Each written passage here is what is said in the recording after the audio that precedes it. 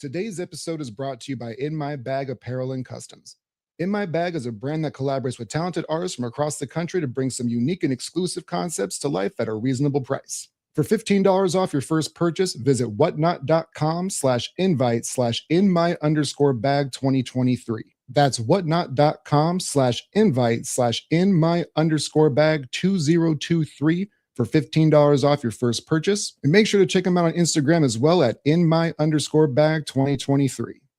Before we get into today's episode, I want to introduce you guys to another great podcast called The Better Call Daddy Show featuring Rena Freeman Watts. Each week, Rena interviews somebody and shares their life story. At the end of the episode, you get to hear from her dad, Wayne, who gives his perspective on the stories that were just told. Rena herself has some interesting stories as she's worked for such TV shows like Nanny 911 and The Jerry Springer Show, so you never know what you're going to get every time you pop in. You can listen to The Better Call Daddy Show wherever you get your podcasts for free. Remember, smash those 5-star reviews as well. Don't be stingy with them. Did you know? Whoa, that was weird. Did you know that in ancient Rome, they had gladiators that were females called gladiatrixes? You know what? I don't think I knew that. I'm gonna be completely honest with you. I had to wait because Mack Brooks is in the building again with us. I was doing that just for you.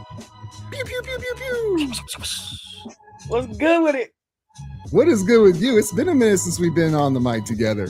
Dude, I know it. I feel like every time we get on together, it's either like consistently for a while or it's like once and then months in between.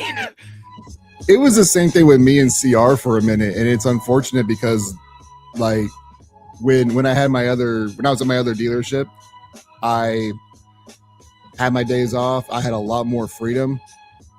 It is very much by the book now, and like I'm hardly on my phone anymore. I get maybe an hour at the end of the evening just to kind of unwind, and that's when I post all my just shenanigans on the Sports Avengers page. I just pepper people with just the dumb things that nobody cares about. But it's good to have you back. We need to find a really good intro mesh between you and me when we do this, because we share the content, we share the StreamYard. We need to have like a joint introduction. Literally, that's really cool. We need to work on that. We need to do better. Welcome to the Playboy Podcast and Mad Truck Pod mashup. What's good, Mac? How are you feeling? You know, I mean, outside of this ridiculous ass weather over here in Michigan, I don't think I could complain, to be honest with you. I forgot that you were in Michigan, and also I don't want to hear it. My entire December was 90 mile an hour to 100 mile an hour winds, power outages, and then immediately getting out of that, going to negative 25 degrees. I don't want to hear any complaints from anybody. That's just me. That's me defending my environment for just a bit. Yeah, I can't tell you that you're wrong for doing that either, because like coming from a Midwestern state where it's like Tornado Alley and, you know, dust and wind and all the things. That's right. Y'all had tornadoes where you were at before. I forgot about that. Yeah. And then moving further north, closer, like way closer to Canada, I got this fucking lake effect thing. And I'm like, what is that? And why is it so much colder and wet everywhere I go? Like, what is happening? Like, why is this? Like, why am I experiencing this? And like, then the other part of the country where I'm from, Georgia, there's like no snow. And the second it snows like half a centimeter, everything's closed. And I'm like, y'all would not last 30 seconds in the Midwest, like at all. And I think it's quite hilarious, to be quite honest with you. But no, like yesterday, my wife and I were outside like playing fetch with the dog, and it was like 45 degrees, and now it's snowing. Like, what? Yeah, it's still snowing here. Like, because I'm originally from Texas, and I think it's funny because my buddy Dylan Larson, he's from Alaska too originally, and he moved to Texas. So they don't get snow very often, but when they do, same kind of thing. When it snows, everybody panics. Nobody knows how to drive, and it's just pure pandemonium for however long it's lasting. Yeah, and I'm just like, y'all really should get out of your own state. Like, you should really experience other weather cultures outside of this constant sunshine and hot. I mean, I guess I would enjoy it more. My body at this point, with all the things I've had going on, is like yearning for consistency in weather, but like naturally, and I'm like, I should be used to this by now. Should be used to this by now, yet here we are, not used to it. the way I look at things is you never get used to it. You just do a little better each time, or just Yeah, every that's time fair. better. But so on the register today, we got the playoff picture from the weekend and then what's going forward. But we kind of had a little chance to talk off stage about the lineup and what we want to talk about. So this Lynn Jones situation from Jacksonville, I think is really intriguing because now I am really interested to get your perspective on it because like you and I feel like we're aligned on so many things, but we're also complete different, right? White, black, man, woman. Mm, I find the funny in sports. You still take it seriously because you are still in, like you're in the octagon. mhm. You're still actually doing Doing it. stuff. I'm Yeah. behind the keyboard, and the criticism that this woman is getting from the Liam Cohen interview. What is your? I'll give mine afterwards, but I want to get your take on like the backlash. If you support it, like are you team Jones? Are you team uh serious sports media? Like where do you land on that? See, and I'm glad that you wanted to talk about this because, like I said, I just like we were talking about backstage is, I have this actually written in my notes for my next couple shows. I think frankly the backlash is absolutely asinine and ridiculous because when did we get into a world to where we couldn't compliment each other anymore? Like sports ain't that serious where we can't compliment people, whether it's coaches, whether it's players, whether it's like. Like while sports is serious, sports is not that serious to be able to praise somebody, especially a first year head coach like Liam Cohen. Like nobody, let's be honest, when we all heard the name Liam Cohen, like nobody knew really who he was, nobody knew really what he was about, but we knew that whatever he was about and wherever he came from in terms of his jurisdiction and coaching background, he was good enough to be the hire for the head coaching position of the Jacksonville Jaguars. Let's just call it what it is. He For had fair. enough pedigree. He had enough pedigree to do that. And what he did this season as a rookie head coach, like, and when I say rookie, I mean first year head coach position in the NFL, you killed it. Like you killed it, my guy. Like you took your team to the wild cards and you almost didn't have your quarterback And for their a good chunk division, of the which season. And like when I just don't understand like why why we're so serious about oh well, journalism isn't just for giving compliments. Well, again, when was the last time you had anybody give a compliment? Like, and the fact that people are trying to discredit Lynn Jones has been a part of the Jacksonville sporting journalism pool since like the 80s. Like the 80s or 90s. She has been in that realm of Jacksonville journalism for sports since before some of us were even born and thought of. So for people, for some of these mainstream medias to sit there and be like, oh, she needs to step off and she no we don't have time for this. Actually, we do. What we don't have time for is y'all being out here being ridiculous, acting like people can't give compliments. Because if it were you and you were in a situation like that, you're like, dang, he just went through a whole season as a rookie head coach, not really expecting much, and somebody compliments you. It's refreshing to see and it's refreshing to hear that your hard work isn't going unnoticed. And I think if there were more gratitude like that just in journalism alone, there wouldn't be so many athlete and like journalist and personality beefs. Like, I mean, hell, we could take the Stephen A and LeBron James beef, for example. Like, this is the exact same thing, like exact same type of thing that happened in terms of LeBron James, misunderstanding what Stephen A said about Bronny. Okay, yeah, great. You were defending your son, but as a journalist, Stephen A was doing his damn job. Bronny is not wasn't ready for the NBA. Like you don't as LeBron, you don't get jurisdiction to say who can say what about your son. You both are in professional sports. It's the same thing with Lynn Jones. She is a professional at her job. Liam Cohen is a professional at his job. Trevor Lawrence, same thing. Travis Etienne, same thing. They're all professionals at their job and what they do. So for people to sit here and just go, oh well, there's no time for compliments, there's no time for being nice. Well, there's also no time for you to be vulgar. There's also no time for you to be disrespectful. Period. If you don't like it, go to the other conference room. And if you don't like it, stay off of Alpha X. Like, because X is not doing y'all no favors either, frankly. oh, that's a cesspool for positivity. Like that's not It like, is. you're not gonna find it there. Mm-hmm. And because I largely have the same agreements that you do on that. For me, it was something where because again, I'm somebody who finds the funny and the chaos in sports. So what she said was not the thing for me that I thought was. I didn't think that it was funny, but what I would have thought would be hilarious is if she said, "Hey, coach, you had a great season," and he goes, "Thank you, ma'am." And then a reporter asks a serious question about Trevor Lawrence in the offseason or acquisitions. And then she interrupts the second person and goes, "You know what? Keep your head up high." And then another reporter tries to ask a serious question, and she keeps giving him compliments, cutting off other reporters. I thought that would have been hilarious. But it was less than 30 seconds of just continuous praise for him and his in the community and turning around a franchise that has been they've had such a weird history as well. Like they started off them in Carolina both hot as hell, and then they were just in this purgatory for the longest time, and then they start to get good, and then they have a 4-win season, and they're back up 13 W's, win the division. Like I try to manage the way that those people look at Liam Cohen, the way that he managed that football team. Or I'm sorry, with the way that Lynn Jones praised him, I try to do the exact same thing in my work. You did a good job. This is not that serious. Sports is serious for the people who are playing it because that is their job. Their job is to be that is their career.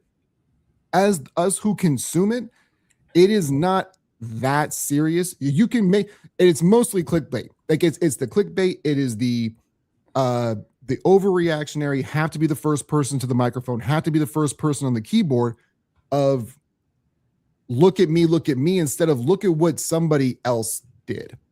So I applaud her for giving him his flowers. It was 27 seconds and then she was out. I thought it was done masterfully. I mean, like I said, there's not a thing you said that I disagree with.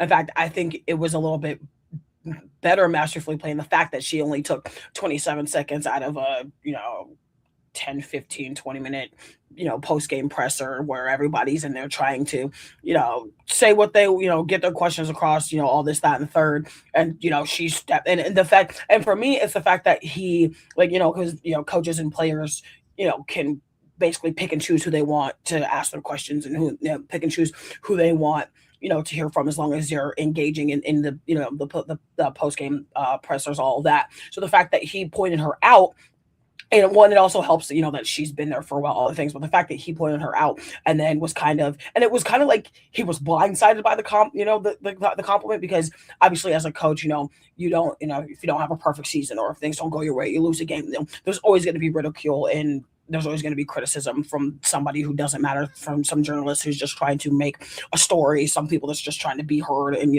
basically up their game or up their make their name off of your demise. Yeah, exactly that. And I could tell like it was genuine, and it was arbitrarily just like it took him back, like, oh, I thought she was about to come at me, but he was just like very appreciative, and that's what I like to see out of coaches. Is like, okay, don't be afraid to accept when people see how hard you're working, whether one way or the other. But also don't be afraid to give the fire back. Like if they give you a certain energy, I'm gonna give you the same energy back. Like keep the same energy across the board. And I feel like that's exactly what Liam Cohen has done this entire season, from Duval to now, at the end of the season. You beat me to it because like I don't listen to post game press conferences at all. I've only heard Liam Cohen speak twice, and they are 3 words. And one is Duval, and the other one is "Thank you, ma'am." Thank you, ma'am. That is the only, or I guess it's 4 words at that point in time. Yeah. Like that's the only time I've ever heard this man speak, because any scenario that is actually played out in front of you, if you put a head coach on a pedestal and say, you ask him a question, I can give you verbatim what they're going to say. I feel like post-game press conferences are the most atrocious thing, the thing that we still do. One, I don't like interviewing players and coaches immediately after games are done. Leave them alone. Like they don't want to talk to you. Let them have a chance to decompress. Like once they're in an environment, once they've changed and they've had a chance to at least decompress and compartmentalize what just happened, especially on the L side of that equation. That's one thing, I guess.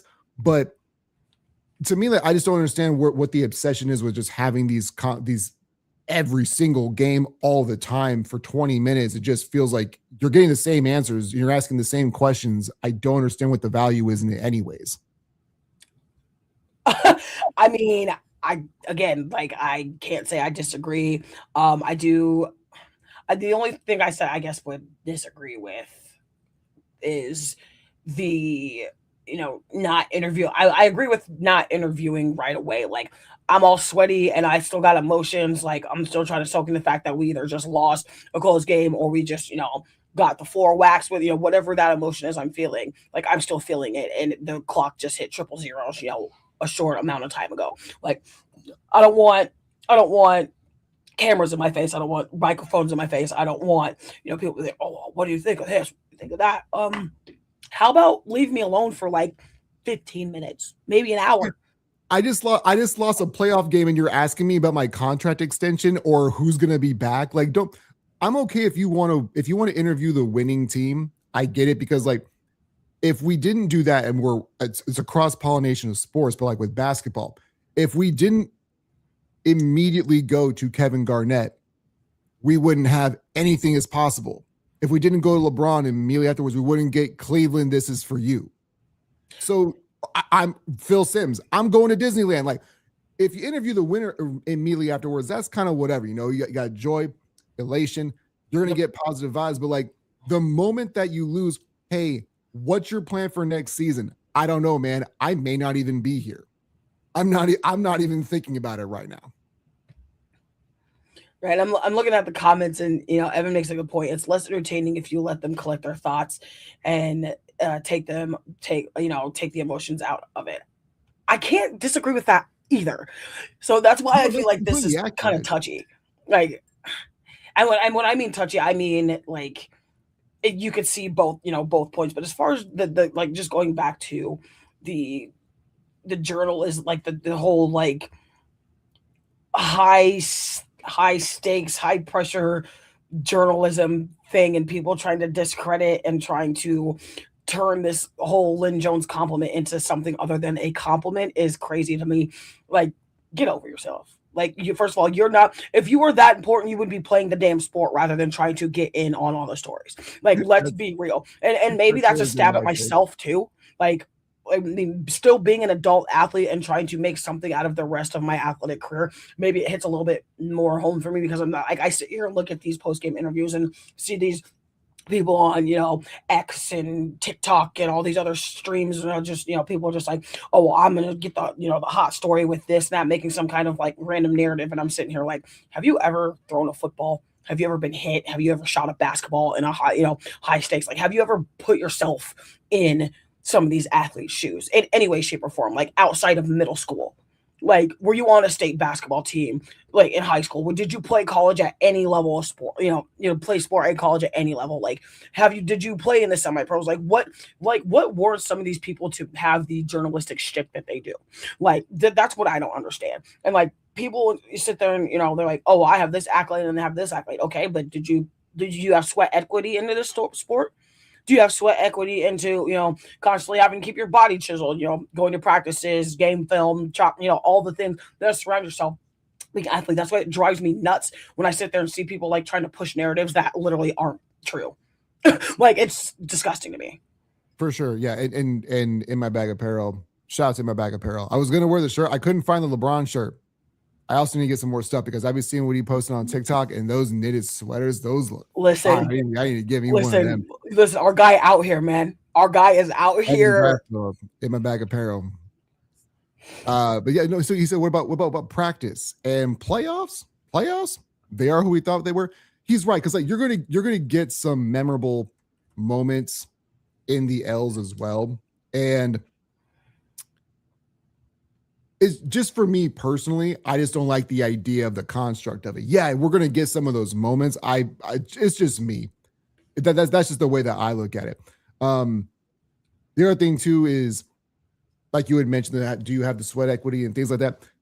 There's part of me where, and I want to move on to something else a little bit in just a moment, is that there are some people who have the actual uh the physical background and the actual accolades or the achievements on the field. But when it comes to them on the microphone or in the booth or they're commentating, they're not good at it. Like just because you did play doesn't mean that you're good at the job that you have now. You were great at the job that you had, but you're not necessarily great at the job that you have now, which is commentary because you're doing it because you are insert whatever name that you have, insert any name that you want to. And like that's the only like that's a slight pushback too, because most of these guys who used to play are actually pretty good on the microphone because they've had a microphone in their face since they were like 14 years old. So they're pretty good at being able to navigate through the weave of we're gonna bait you to say the wrong thing anyways. But sometimes we get too much of a robotic the robotic response as opposed to an organic one. That's why I actually love listening to Tony Romo and Chris Collinsworth, and I don't like listening to Greg Olson. Yeah, you know what? Listen. I think the first time you left me almost speechless because I tend to agree with you. I mean, and that's not to say Greg Olson isn't. I'm not going to say not good because I think Greg Olson is pretty good at what he does, but there's always somebody better. I think it also and this is probably just me like using more or less my athletic head as far as like okay, like if I'm going to become an analyst of a sport or something that I've done, I'm going to analyze it as I'm still playing because this is what I'm seeing on the field as this position player or this guard on a basketball court or this position in an MMA fight. Like I'm going to try to analyze it or commentate it the way I would if I'm in there. And I think the biggest thing, and then kind of just going back to the journalism point of it, is like I'm going to analyze it with my own eye test. I'm going to analyze it as if I were in that position, or I'm going to try to put myself in that person's shoes when it comes to, okay, the compliment or, making a big play or being in the booth. And I think going back to your point about Tony Romo, Tony Romo gets a lot of like unneeded, I feel like, criticism. And I also feel like that is because he was a Dallas Cowboy. I mean, let's just be honest. Like people don't like the Dallas Cowboys, which is, debatable or valid, however you see it. I have an interesting take when you're done with this because I'm very excited that you pivoted to that. Fair. I think Troy Aikman also gets a lot of flack. Now, I am not a fan of Troy Aikman. I wasn't a fan of Troy Aikman when he played for the Dallas Cowboys when I was very little. But he knows the game. He's a Super Bowl champion. He's in the Hall of Fame. So like you have to give respect. He has his own Super Nintendo video game. He does. That is a fact. He does. Kind of mad that I forgot that was a thing. So now I suddenly want to buy an old game system, but here we are. But I mean, just going back to my point, like you're gonna commentate, you're gonna analyze the best way you feel you see fit to try to get the overall point and shtick across to somebody who's never played. Like the way my coaches always try to explain things to me was the way we explain things to you is the way we would want you to explain things to somebody who's never touched a football, never seen a football, don't know what football is. Oh. And the more I sat there and thought about it, I'm like what would be the easiest way for me to understand the this blocking scheme or how to do pull off this defensive move from the line or run through a gap as a fullback without being like having to overanalyze and actually do it. Like, not actually get into a car crash. Like what's the easiest way for me to explain like, okay, getting from point A to point B, whether you're on one side of the ball or the other. And I think the other person that does a fantastic job of this, ironically enough, is Tom Brady. Like Tom Brady, I think is one of the best player analysts as far as like going from player to being analyst commentator right now. We and I was Tom Brady in this house. That's fair. That's valid. That's fair. Well, so when he first got in the booth, I was thinking to myself, he's not going to be good at it. And I honestly, I don't watch games for the commentators anyway, so I largely tune them out. But it does feel like the more that it's just like anything else, when you went from college to the pros to this, the more reps you get, the better you can get at it. And it does seem like he's gotten. It's the same thing with his professional career. I didn't want to like you. I didn't want to appreciate you, but I ended up doing it. And same thing with the commentary thing. He wasn't great at first, but you give the man enough reps, he's going to be great at basically whatever he does. And I guess I'm just a hater for that. But I wanted to get back to your Romo Aikman commentary thing for a moment, because I do think that I do think that there's going to be a little bit of the pushback of because they are Cowboys quarterbacks that there's going to be the stigma of you got this job because you were a Cowboys quarterback. It's the most popular franchise, whether it's good, bad, and different, living on VHS tapes and things of that nature. But this, so I'm glad that you smiled though. I was worried about making that joke. I'm not gonna lie to No, you. that was great. But but so but the thing that when it comes to Aikman kind of got when he first got going, I feel like the pushback with him was you're a Cowboys quarterback because we've had them beforehand. They weren't necessarily good, but he ended up being really good at what he does. Um, Joe Buck is another person who I think gets a lot of heat for being bad at what he does because they think he's annoying, but he's one of the best commentators that I've ever heard.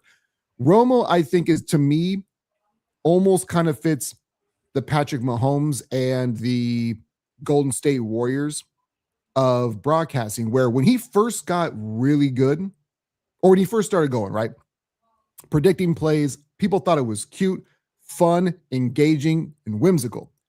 Then they're like, we get it, man. You used to be really good at football and you don't play anymore, and you're smarter than all of us. Stop predicting games. Same thing with the Warriors. We get it. You can put up 150 billion points whenever you want to, and Steph's the best player on planet Earth, and you guys win all the time. And Mahomes, you're winning championship after blah blah blah blah. People get old of it. They say they want people to play the hits, that they want consistency and legacies in sports, but they get tired of them really quickly as well. And I feel like the candle lit and burned really bright for Romo early because it brought an enthusiasm that we hadn't really seen in a while, along with the predicting of the play calls. And then it just kind of it wasn't the thing anymore, and people got tired of that. And now he's getting overly criticized when I don't think that he should at all. Yeah, and I absolutely agree with you because I mean, and I'm not going to say here in front. I was one of those people as a Dallas Cowboy fan. Sometimes unfortunate, sometimes it just is what it is. As a Dallas fan, I'm just We like, ain't going to talk about unfortunate fan bases. Like we are not going to do this. for me, I was like kind of on the fence of like, okay, like, is he gonna be another Troy Aikman? Is he gonna be another Joe Buck? Is he gonna be, like and I feel Oh, like you we don't like all Joe Buck either? I'm not gonna say I don't like him. He has definitely grown on me the older I've gotten in terms of like being in the space that we are of independent sports media and like try like constantly because I mean and just as far as like a personal note, like everybody knows how I am. Like I'm always finding ways to try to make my person and my athlete and my craft better, which includes my show. So I'm always looking for different types of like inspiration or different types of ways to do things. Joe Buck is one of those people I actually have kind of added to that list of like repertoire as far as like where I can get, some ideas or where I can get a flow from. So I don't necessarily dislike him, but he's not like my favorite. Like, so I guess I'm more or less Okay. neutral when it comes to him. And Mike Tirico, kind of the same thing. I was like, okay, like I can't do it. But then I started thinking about, I'm like, no, he's actually, right up there in that upper echelon of, analysts and commentators, been doing it for a long time. Like he's seen the worst, he's seen the best, all the things. So I think we get into the stigma of the like off the rip comparisons. Like, okay, well, if I have this favorite person, if they don't compare to this person, they're not going to be worth, they're not going to be worth my time and effort into looking into it, listening to it. Like I know people that still to this day will, my stepdad being one of them, he will watch Chiefs games without commentary because like he can't stand to hear like the what he calls the new age commentary as far as like the as far as like the criticism of Patrick Mahomes or the criticism of like Lamar Jackson or whoever the hottest thing is. And I'm just like, well, I mean, not everybody's going to get praised all the time. Like they got like you can't just talk about all the good times, you got to talk about the good, bad, ugly and in between. Oh, I'm so glad you set it up with me and Josh Allen. I'm so glad that you said that, Mac Brooks, because nobody ever talks about the bad or the indifferent with him. That's why I do what I do with Josh Allen to defend my heart. And I'm glad that you finally said it, but not about Josh Allen. There, I said my piece. Continue, madam. I'm sorry for interrupting. It's okay. But I mean, honestly, we're we're into the Josh Allen thing. And I for me as a I guess media source, sure, I don't know what you want to call me. Show hostess, fan, whatever. I never understood the hate that you have for Josh Allen, but I understand it in terms of like because you've seen better or there's been a comparison of a quarterback or a player that's, better in your upper echelon of who you think, had done the best for your team. So I get that, but I never understood. I'm like, what is it going to take for P. Scott to just not hate Josh Allen? So no, so this is the thing, and this is why it's bothersome to me that people still like a lot of people still haven't caught on to the reason why I do what I do with this is because, like you had just mentioned, as far as the always getting complimented but never wanting the criticism, I feel like he is that person that he never receives any criticism. So I don't hate Josh Allen. This has been my angle since the day that he was drafted. Once he was drafted, it was what the hell is Buffalo doing? And I looked at it as they needed a quarterback. The only problem I had with this is that I didn't feel like they needed to trade up to get him, because when you look at the landscape of what the NFL quarterback room was for the other teams before him, it was young quarterbacks or it was quarterbacks who just got paid. And then Josh Rosen was the only draftable player that they were really competing against. So I never had a problem with them drafting Josh Allen. It was just I didn't feel like you had to trade up for him. Then you look at that offensive roster and it was absolute doo-doo butter. There was nothing there. So it wasn't until Stephon Diggs, until the pandemic year, where he started to really, that he went from he's the worst quarterback we've ever seen to holy hell, this guy's a minotaur and he has the potential to be the best player in football. But nobody saw any of the hero ball, the flaws, anything like that. I never saw anybody on my social media. NFL memes is about the only team that would do it, and it's only when the Bills lost. So for me, I'm just like, why is nobody seeing what I'm seeing as far as the negative stuff? I don't hate the dude. I think he's awesome. I really do. But I have to play this character because I have to protect myself and I have a brand. And at one point in time, it's going to work and the Bills are going to win a Super Bowl and I can finally jump ship and then I can be a Jaguars or a Lions fan because my work on this earth is done and I will move on to another franchise. That's all I got. Listen. I don't, as cathartic as it seemed. I don't know. It felt pretty good, but I don't think it helped anybody else. Yeah. I don't.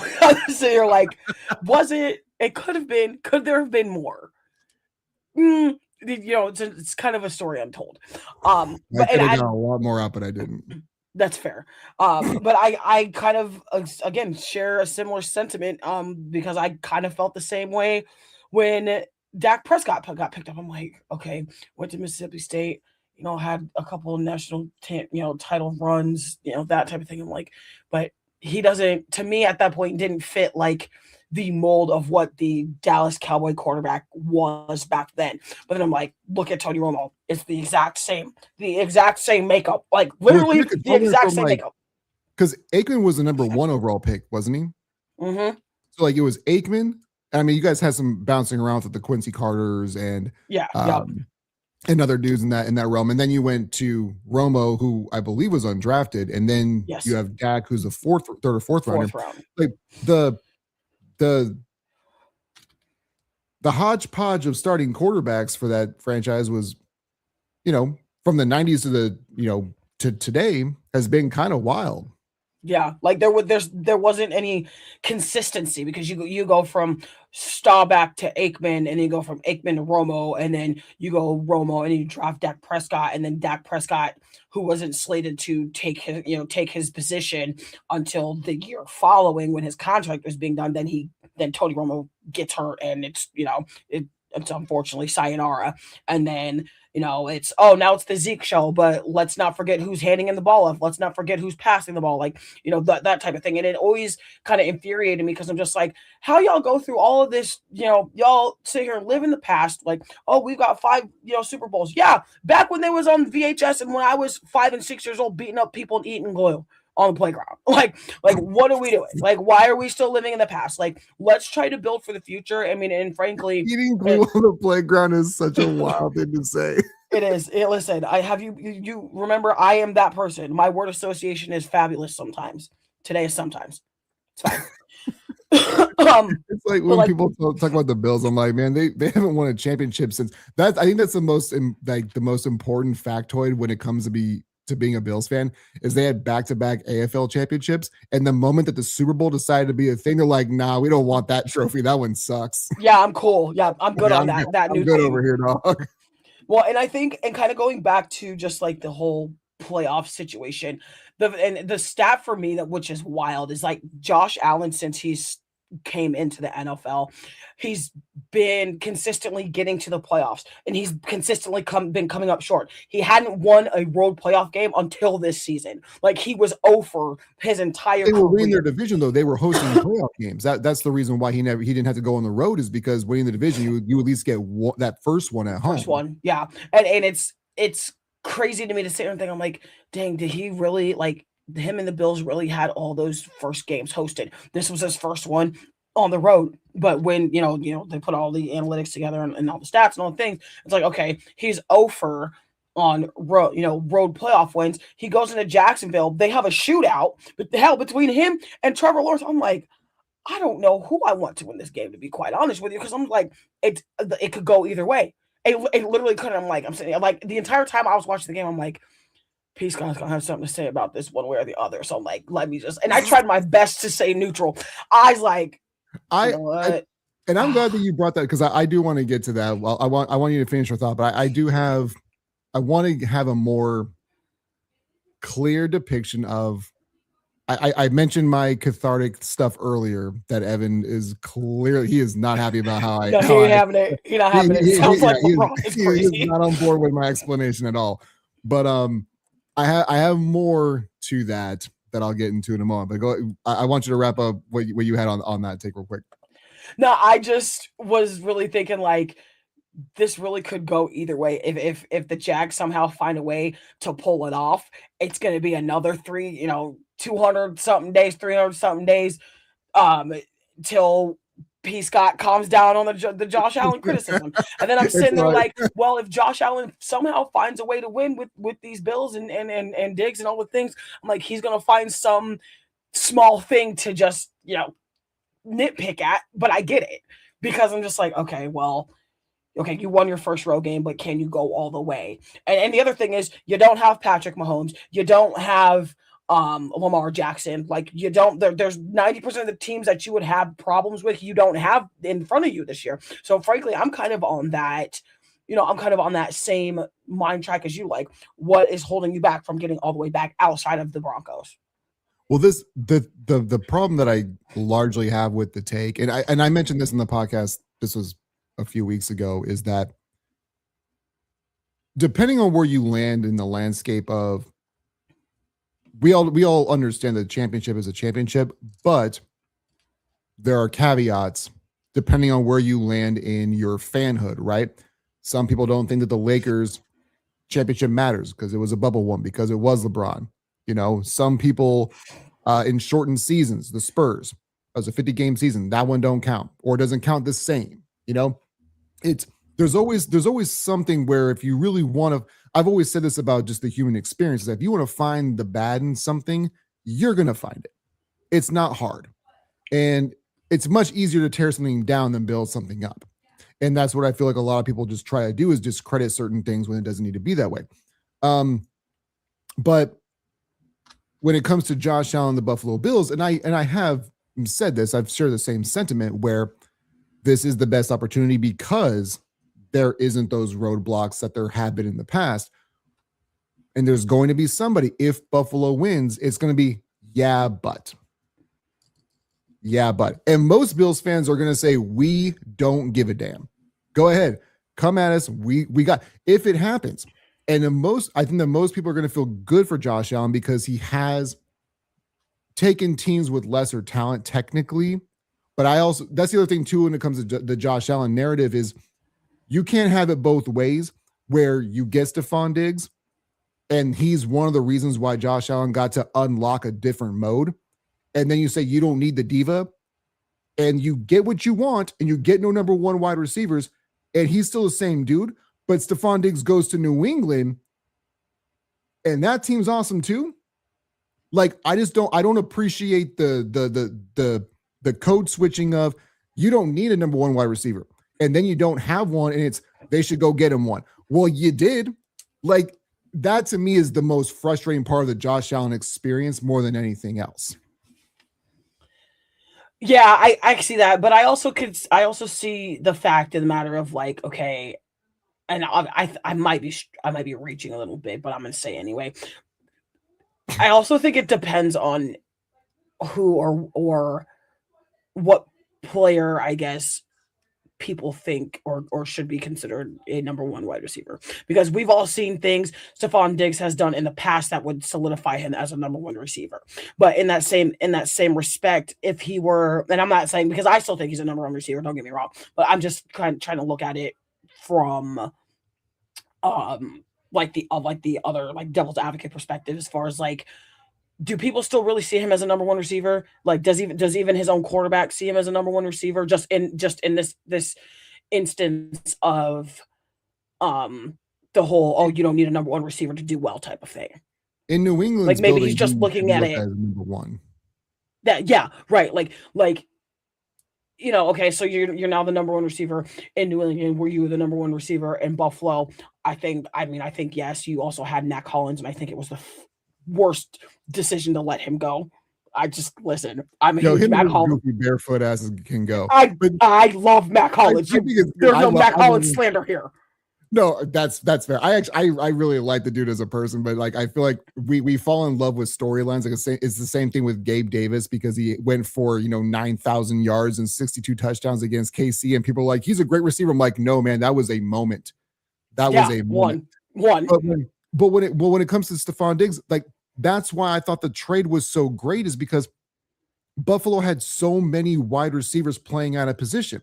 You had Cole Beasley being your number one dude, who's a slot guy. You had John Brown, who was also number one wide receiver, but like their matchups didn't work.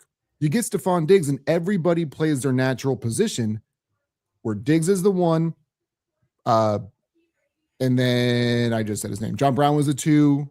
Beasley got three. to be a slot. Yeah. And people got to play their organic positions, and you got to see what a real offense started to look like. So and Buffalo kind of still has the same, they don't have the same players, obviously, but they kind of still know what they know what they are now.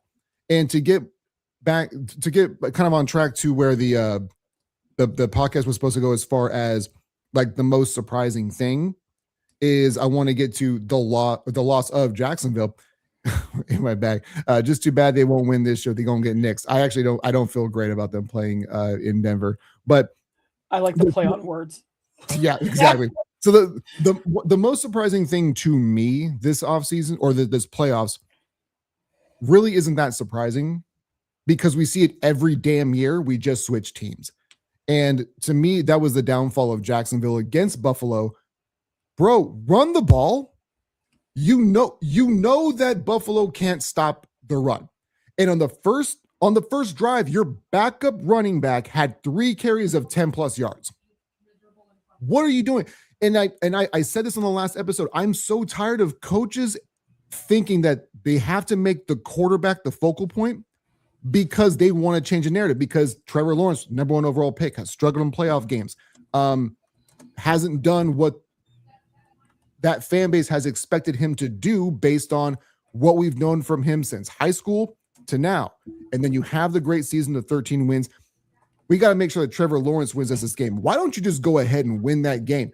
Run the ball down Buffalo's throat. Prove that they can stop you, because they can't. And coaches continuously outsmart themselves. So it's the most surprising thing, because I'm surprised it happens every damn year. Buffalo, what Denver should do, all 3 of their backs, Hardy, McLaughlin, and who's the other guy? I forget if they're third string running back. Let them all get 12 to 15 carries and just bury Buffalo in the ground. Don't even let 17 touch the field. Have 26-minute drives. Let Bo Nix have 9 as well. I don't care. Just like that is their kryptonite. It blows my mind that coaches try to outsmart themselves when I know you might be good at something, but that team's really awful at something. Why don't we just keep picking on that? Listen, You took the words right out of my mouth. And I think I'll add to it just with a different team. Obviously, being a fan of a team that's in the NFC East, and my uncle Tony, who happens to be also a fan of a team in the NFC East. I think the most surprising thing for me has been, and all the tea and all the shade, I don't care, is the demise of the Philadelphia Eagles in terms of their offensive woes. And it seems like their defense had carried them since they lost to the Dallas Cowboys in AT&T Stadium, in the middle of in mid-season. Um, it's interesting to me because Arthur Juan couldn't catch a cold that game. He couldn't catch a cold, couldn't catch the flu, couldn't catch COVID, couldn't catch a bus ride to the train station across America. Okay, Arthur Juan wasn't catching anything. What But are you Jalen calling Hurts, him? Arthur Juan Brown. Is that what the AJ stands for? Is Arthur Juan? Yes, Arthur Juan. Okay, well I know that now. Yeah, look, the more you know. Arthur Juan wasn't catching anything, but Jalen Hurts, I feel like, has obviously had a little bit of a down season from, you know, obviously last year to now. But why try to defend it now? Like that's my issue with them, and not so much Uncle Tony because he's probably one of the most realistic Eagles fans I've ever met in my life. But I'm talking in terms of like, okay, like the player aspect. Like, okay, you play the game to win and you obviously, have your rough times, your downfalls, all of that. But that's been the entire what seems like excuse most of the season. Like everybody pitted you to go back to, make your run through the playoffs. Obviously you won the NFC East conference, like that's cool and great, but you weren't able to continue it. Like where was the drop off?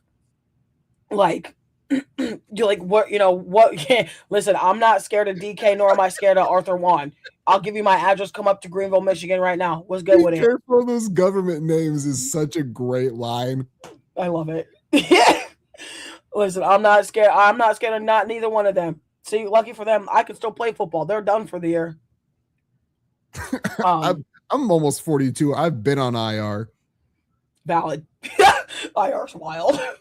And it's for me, and I guess the other side, just in terms of obviously like the 49ers, I don't think anybody expected them to do what they've done since Brock Purdy has been back off of the turf, the turf toe injury. Mac Jones had his little bit of run, help, keep the team more than afloat. Mac Jones is going to get a $25-30 million a year contract next year, which is stupid to me. I don't think he deserves it, but it's going to happen. Mm-hmm. Yeah, I mean, but you also look at the pedigree that he's now surrounded. He's around a Robert Saleh defense again. He is around a George Kittle and a Christian McCaffrey, who is a Swiss Army knife. And it's such a bummer that he tore his Achilles. Like I was just like, this dude can't catch a break between hamstrings and quad injuries, shoulder injuries. There was like that one random stint where I'm pretty sure he had like bronchitis or something. Like he was sick. Like George Kittle can't catch a break, and George Kittle is like protect him at all costs. Yeah, like frankly, like something. Is he done playing? You didn't want that. My dad joke. That was my dad joke of the day. That was lame as hell. That was amazing. Has he played his last down in the NFL? Because I mean, he's had so many injuries, and he's not like he's a name that we've known for a while. I think it's on the board at least. I mean, I don't see how it's not on the board, but I also will say that knowing where George Kittle came from in terms of his college career and striving for nothing but trying to get a Super Bowl. That's the Iowa in you. That's the Iowa. It is. I'm telling you, like Midwestern players are just built a little bit differently. Like it's the striving for me. Like they're so, and it's like the 49ers, I feel like are just this much closer to getting a Super Bowl. Like they've been there and lost, and then they've been there and they lost, and then they get, they get the Brock Purdy back. They get a Christian McCaffrey at full strength again after the Achilles tendonitis. They're now getting Fred Warner back. Fred Warner has been activated for practice again, and it's like, okay, could they maybe take the reins and beat out the entire rest of the NFC to make it to the end? The Super Bowl. It's just like there's so many storylines that we could go with this, but I think in terms of George Kittle, on the possibility of retiring or having played his last down, I think is absolutely on the table. I don't think it's going to happen though. I don't think it's going to happen. For I me, do know that he's not going to come back the same. The Achilles injuries are almost impossible to come back from, come back to the form you were before you got hurt. well, I think so. There's two interesting things for me when it comes to the timeline of George Kittle, and so in my bag once I read something about the Niners injury being a product of the power plant across from the practice field facility. I don't know. I'm not a scientist. I don't know. It seems like it's a very far-fetched thing. I don't know if electrical force fields and things like that are the reasons why people have, muscle deterioration and pop Achilles and things like that. I do know that Philadelphia and New Jersey have some awful fields that were tearing up people's feet forever. I just don't know enough about that. But when it comes to Kittle, I think the timeline is important because if this happened at the beginning of the season, it's, you know what, I think he comes back next year. But this is Super Bowl run. He's going to miss the beginning of the season and a good portion of next. And because I've torn mine beforehand, so I don't know, but I didn't have surgery on it though. So I don't have the medical, advantages that these guys have. But again, once you have it, I do know that it never really feels the same. And he's not going to be able to be the same guy that he was anymore because he didn't have this injury when he was 23 or 24. He's having it in his 30s. So, and having it so late in the season, I think he is probably done. Or maybe it's like a Gronk situation where he like retires, but then unretires at the very end of the season to come back for a playoff push if San Francisco's there. But speaking of last downs, do you think that Aaron Rodgers is going to hang it up?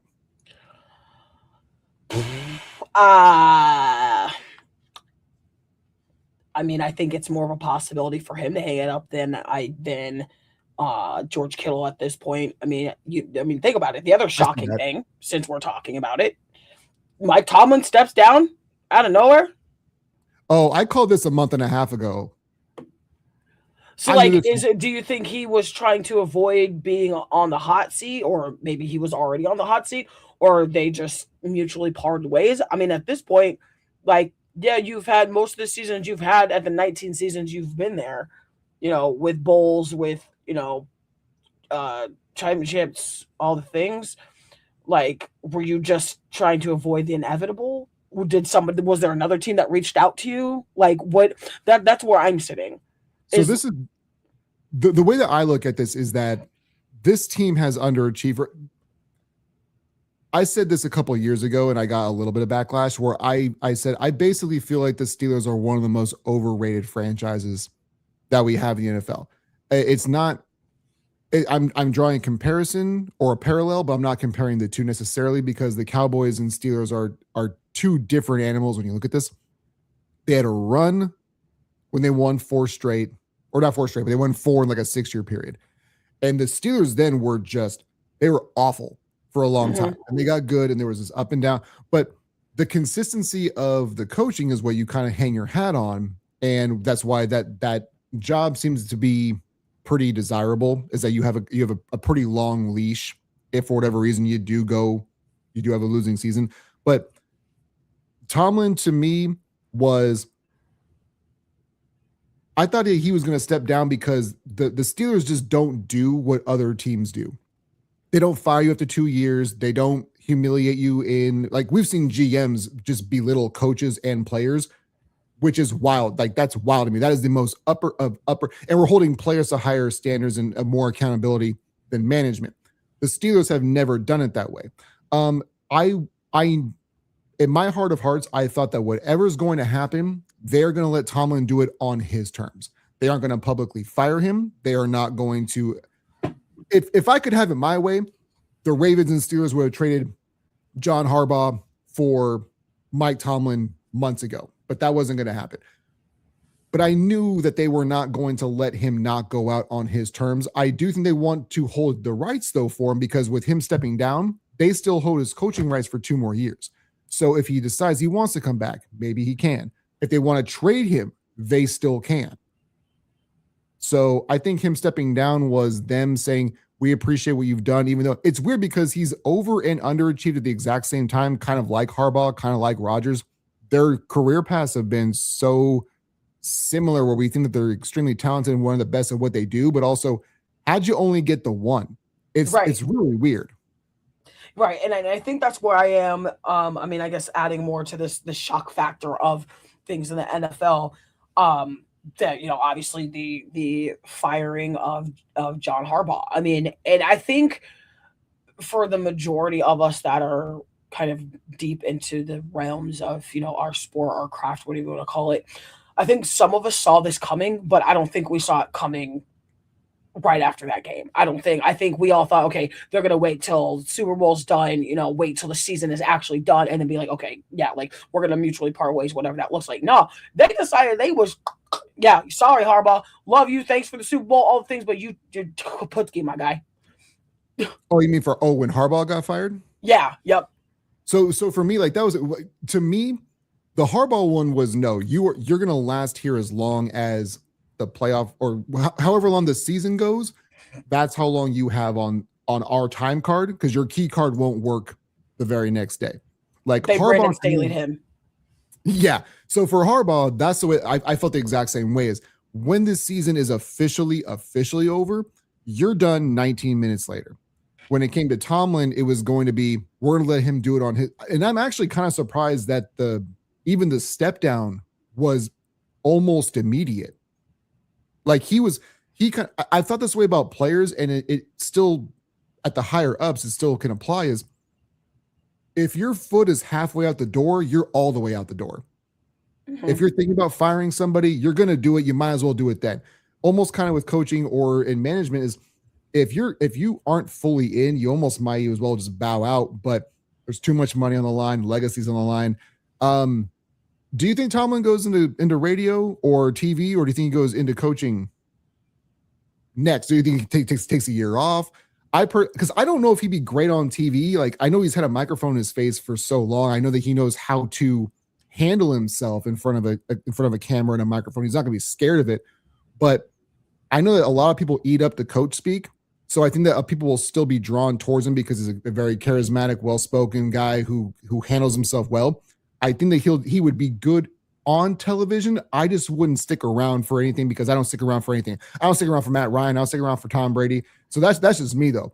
But where do you think that the landscape lands for him immediately after Pittsburgh? I would say immediately after Pittsburgh, knowing that there's teams that also just got rid of coaches. Like I don't know. And some coaches could still be fired anyways. Right. I mean, there's this team up in Las Vegas who just happened to get rid of Pete Carroll. There's a team in Buffalo who might get rid of their head coach if they lose. Possibly. That there's still coaching possibilities. I think, frankly, Mike Tomlin would be great on a microphone, but I don't think he's to that point in his career where he's ready to be like, yeah, I'm done coaching. Like, I don't think he's going to turn into a Rex Ryan where like, oh, I'm done coaching and just try to rebuild my resurgence as an importance in the sport in he's commentating. Awful. I am not a fan of Rex Ryan. Don't even get me started. Don't even get me started. Like, and there's another cat on First Things First, who I absolutely can't stand, and probably because all he used to do was just give slander to Shedeur Sanders, and I'm just sitting here like, dude, like you get paid millions of dollars to talk about Shedeur Sanders and Shedeur Sanders, Nick, right? No, it's Chris Broussard, Kevin Wilde. You're talking about Eric Mangini. Probably, yeah.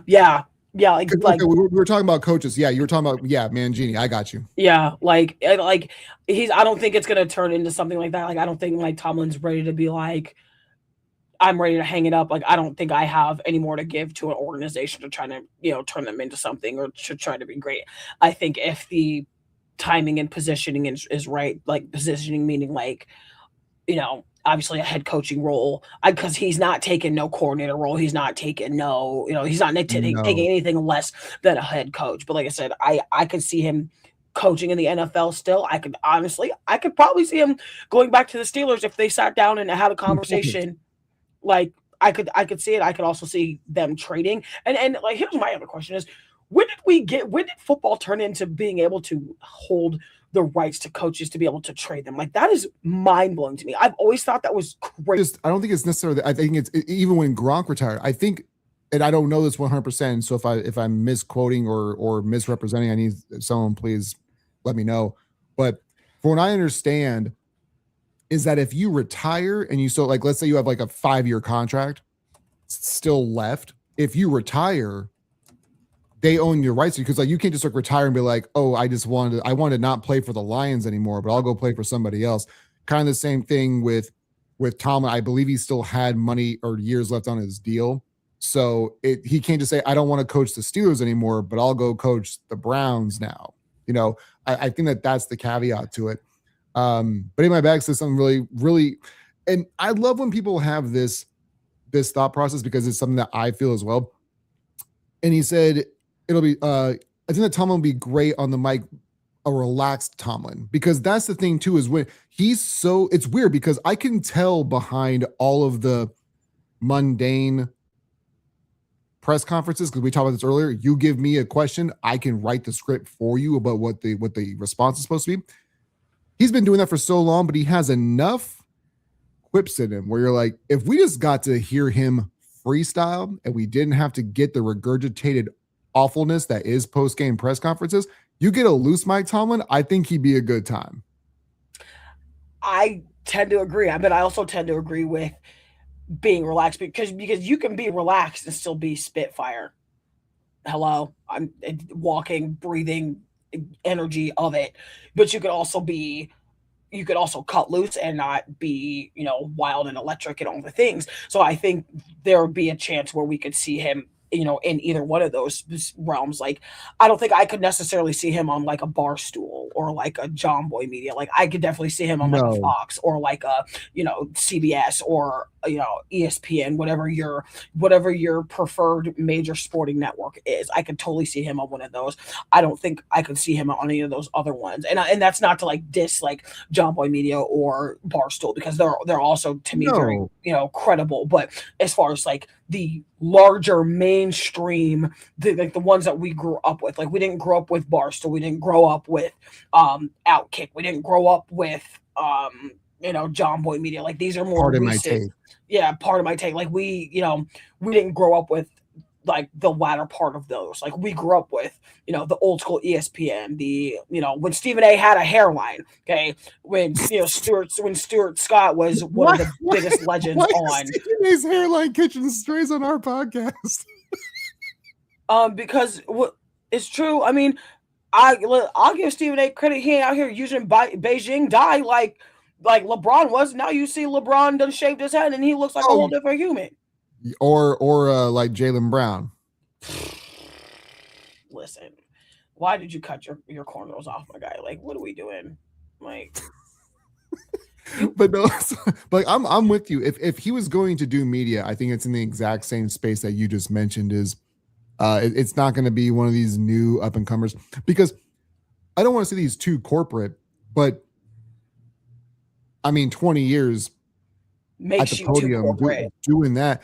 I because I don't know the man personally. I don't want to say that he can't do it, but it does feel like he's so put together where he would be good in those, like you said, the big box brands with people who can still have fun. You know what I actually would love? This will never happen, but if one of the big, because like how the ESPN has the Manning brothers doing their like simulcast or whatever, I would love to see Tomlin and Shannon Sharp do that with like Fox. I think that would be a dynamite combination. That would be wildly enough something that I would clamor for. I would absolutely. And here's an even wilder take for you. This absolutely isn't going to happen either. I could also see like a Mike Tomlin, Skip Bayless, like a coach who's actually been there, done it, see it, and then Skip Bayless. Because Skip is basically like white Stephen A, but he averaged 0 points instead of 1.5. Yep. Yeah. Mm-hmm. I could also see him on I'm with like you though, 'cause that's never gonna happen. That's never gonna happen because that's beneath Mike Tomlin. But I'm with you. I would like that's one more subscription that I would pay for. same. Yeah. I would do a little $2.99, $3.99. Yeah, sign me up. Give it to Absolutely. me. Ad free. You got me Yeah, I'm linked you in. get hooked, stuffed. Let's go. So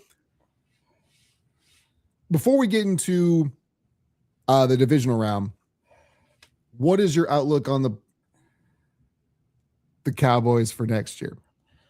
There was a lot of speculation. It was like, hey, this is a down year, and then there was an up, right? We had the spike of we don't need you, Micah. And what's weird, and I may have the stat wrong, but didn't the Cowboys and Packers lose all their games if Micah Parsons wasn't playing? Is that correct? Yeah, yeah. I hear he's good at football, so he might want to be healthy next year. But I in the grand scheme of things, I don't think the trade was as awful as what it sounded like because they were more than just anybody else on Micah Parsons, the opposite away from him. But there was an overachieving but there's also, I don't know if I trust George Pickens. I know he's crazy talented because we saw what he could be with a real quarterback. And I feel like Dallas is on the cusp because we don't know what Philly is going to be. The Giants are still the Giants, and I don't believe in the Commandos at all. I think that Dallas could still win the division next year, depending on how free agency and drafting goes. But I don't consider them to be a Super Bowl contender, but I could see them winning the division next year, just if everything else falls right. What's your expectations and honestly, besides we them boys, Yeah. what's your expectation for Dallas next year? So, I mean, there's a lot to unpack. Let's just. Nigel says Skip just needs to get hit by a truck. Nigel's also a robot, and I don't even get me started on him. This is a nice day. I'm gonna be nice. But Jordans can't lose. That's fair. That's fair. That was my skit. That was my no. That's fair. Jordans back there. As far as the Dallas Cowboys in a whole, I think they are on a very good track upward, like of progression. I think what happened this season was a lot of just residuals from we suddenly forgot how to play defense because we lost our number one defensive person, when in reality all you needed don't you quotationalize that one. I had to. I'm sorry. Who do you think is better on defense? Who do you think is better on defense for Dallas than Micah Parsons when he was there? Nobody, but I'll tell you that the defense is 11 people and not one person. Well, true, but Josh Allen on offense and Micah Parsons on defense is the closest thing you can get to basketball analysis where one person matters, I think. No, yeah, see, and this is my player head talking. It takes 11 people to play the side of the ball. Oh, for sure. I'm not debating that. That's what drives me nuts is like people were like, oh my God, we lost the only part of our defense. Well, last time I checked, Micah Parsons doesn't play nose. Micah Parsons doesn't play tackle. Micah Parsons doesn't play safety. Micah Parsons does not play corner. Micah Parsons plays an edge rusher and little bit of middle linebacker combo. And the other thing that's really interesting to me is like, okay, so we already knew that he was a little bit compromised going into this season because he had that, that back issue. So then Green Bay of all people, that this is what still bothers me is like you traded him to Green Bay. Okay, like why would you? Like you could have traded him anywhere else, but you picked Green Bay. Okay, we get Kenny Clark and some draft picks. All right, great. Then we get we send Trey Diggs over there. Okay, and how Trey Diggs was you didn't send Diggs there. Y'all cut him and he signed there. It's the same difference. You work. No, you play your account. Don't correct me. I'm speaking. Thank you. I said what I said. Okay. Y'all didn't send him there though. Okay, listen, you waived him, whatever. He signs with the Packers. You picked up two Dallas Cowboys that were banged up. Like, I don't understand where you thought that was going to get you the most success because you lost to the Bears. Number one, you lost to the Bears and you couldn't even beat the Dallas Cowboys without Micah Parsons. So what did that do for you, brother? Nothing. Did absolutely nothing. Not a damn thing for your safety. Okay. Matt LaFleur. Okay. Matt LaLoser. Okay. On the hot seat right now. But back to the Cowboys. We got to do something. Matt Brooks fan is so fun. listen, I just it's a whole different person. I try to avoid fandom Mack Truck at all costs. That You're girl's the fucking fan. I'm the psycho. Bill. I'm the Bills with Josh Allen. This is you. Like I I'm told you listen. so. I'm telling you, the Dallas Cowboy Mack Truck fan is a psycho, psychotic. I try to avoid that person at all costs. Okay, she don't keep me sane. It's quite unright. It's enlivening, but I think we gotta get we gotta I don't I just why we waited so long to try to get somebody to fill in the gap. I mean, we have to find a way to extend Quinn and Williams. Because if we, I frankly, if we would have had him closer to the beginning of the season, we might have been able to squeeze out some of those games that we lost by 3 points. We might have been able to squeeze out, a little bit more motivation. Now, obviously, like losing a player in the middle of the season due to suicide, is that's not something easy to carry with you throughout the entirety of the season. I gotta say like that had to have had a toll, like some way, shape, or form. I mean, but obviously we saw after that incident happened, the Dallas Cowboys started stringing together a pretty decent streak, and then lost it somewhere, and then we're struggling to try to get back to 500. Didn't get back to 500, and then you kind of just, okay, you use the rest of the very last game of the season to get Joe Milton reps. Okay, understandable, but I think in all, Those just I seem don't like empty calorie reps, though. I mean, when I mean empty calorie, like we weren't playing for anything. We weren't playing to get into the wild card. We weren't playing to like. There was no reason for him to really like play outside of the fact that we just want to make sure that we still have a very good second string quarterback.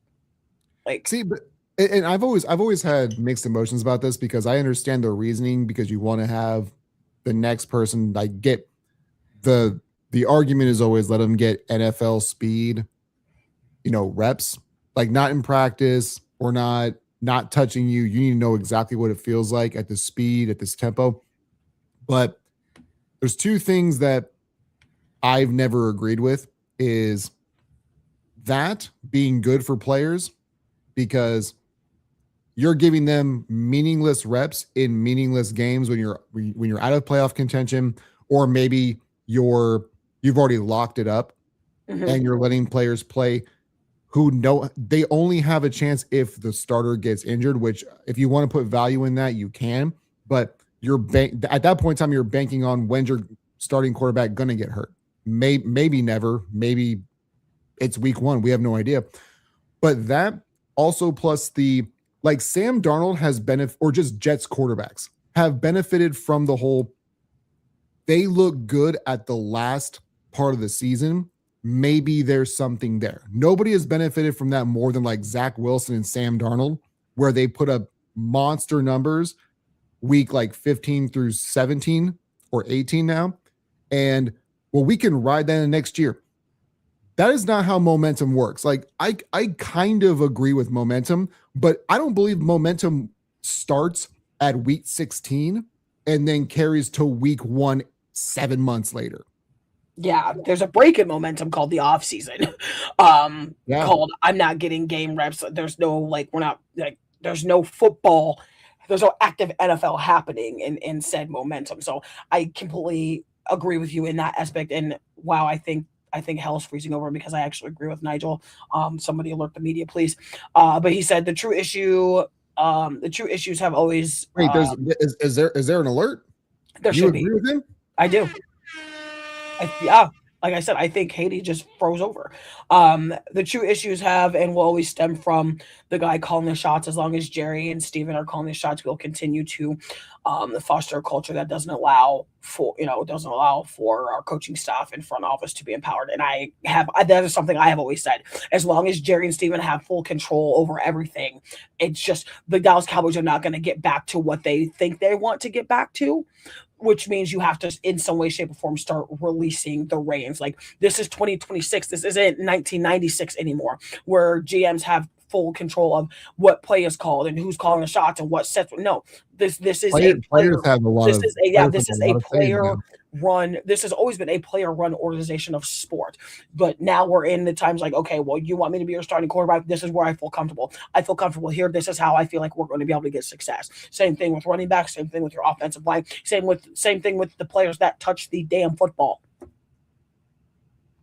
Well, in my bag apparel asked me, is it the same coming off a championship? And I want to make sure I'm being clear on what question he's asking about, like the reps don't matter. This is, and because I don't have much clarity on what he's asking, this is something that is, when it comes to the financials of sports, because I don't care as much about just the game by game anymore. I care about the domino effect and how one thing leads to another. Just like that, that's just how my brain operates. So I equate the offseason a lot to what Madden does. And it's wild to me that in 2026, we're still doing this as far as value is concerned, where in Madden and 2K back in the day, and I'm sure it still does the exact same thing now, I just don't play franchise mode anymore, is that if you make a deep playoff run, everybody gets a bonkers experience boost, right? You could have a quarterback at 70, and then you win a Super Bowl, and that guy goes from a 70 to an 85. And NFL teams seem to still run franchises like he has the championship pedigree. If he's the backup quarterback, he doesn't probably bring you a whole lot of stuff to the table. Now, if he's the backup quarterback who has to start because your starting quarterback gets hurt and takes over during the regular season, makes a playoff run, and wins you a Super Bowl, there I could see value, because that's scouting, that's development, that is player personnel across the board. That to me would have value. But if you are a team that makes a deep run or wins a Super Bowl and your backup quarterback who takes 0 snaps and comes off of a contract year, there is no playoff experience that is valuable to me as a personally, as a front office ownership person, saying, yeah, you know what? That guy who was on a championship team brings championship mentality. Where? So I don't know where that, I'm not sure where the question is directly going, but I'm going to say that I've seen so many front offices still placate to, you won a championship, which means that you must be good. And we can do the same argument, like even in the NBA. Like, who's the better basketball player, Robert Horry or Charles Barkley? Like, just because Robert Horry stacked them rings, now he's better than Barkley? Because some people make that argument. Like, I know they're not the same thing, but it's just I'm spitballing, going off on a tangent. No, I mean, the spitballing is valid, because I mean, like, let's think about it. Let's take that ring example, or that ring residual, for as an example. People always want to, and it don't matter what sport, but I'm going to go off on a little bit of a tangent in terms of women's college basketball. Everybody seems to think that if you have a ring, that solidifies you as a GOAT or the best to ever do something. Championships are not the solidifier of somebody's greatness or GOATness. It literally, rings are absolutely part of it, but how you change the game, how you impact the game in your generation of sport. Like, nothing drives me crazier than people that only use, and unfortunately, and it's not unfortunate, but it's unfortunate because it's something that's been used ad nauseum, is the Caitlin Clark, Angel Reese, Asia Wilson comparison. Like, okay, Angel Reese and Asia Wilson have national championship rings in women's college basketball. Caitlin Clark has 2 back-to-back national championship appearances. Asia Wilson did what she did in her time and won a ring. Caitlin Clark changed the game pivotally from a school that nobody expected to do what they have done. And now the University of Iowa is on some of the top recruiting lists for high school women and JUCO women. Like women and girls want to go to Iowa because of what Caitlin Clark has done, and what Megan Gustafson has done. She's also on that Aces championship team from this year. Like, rings are not solidatory of somebody's greatness or goatness, and it drives me nuts. So, and it goes back to your point with Robert Horry and Charles Barkley. Chuck never won a ring, but that doesn't necessarily mean Horry is better than him because he's got a bunch of them. Like, you also have to look at it as in terms of who did more for the sport when they were playing. Like, you cannot just sit here and tell me that rings are the solidatory factor of who makes, greatness, who makes the GOAT list and who makes the best of all time list. Like, the same thing with Tom Brady, same thing with Michael Jordan, same thing with Tiger Woods, same thing with Serena Williams. Like, you have to look at the pedigree of what they did to get to the points of rings. And you also have to look at the solidatory factors of what they did to get to those points and still ended up losing. Right, for sure.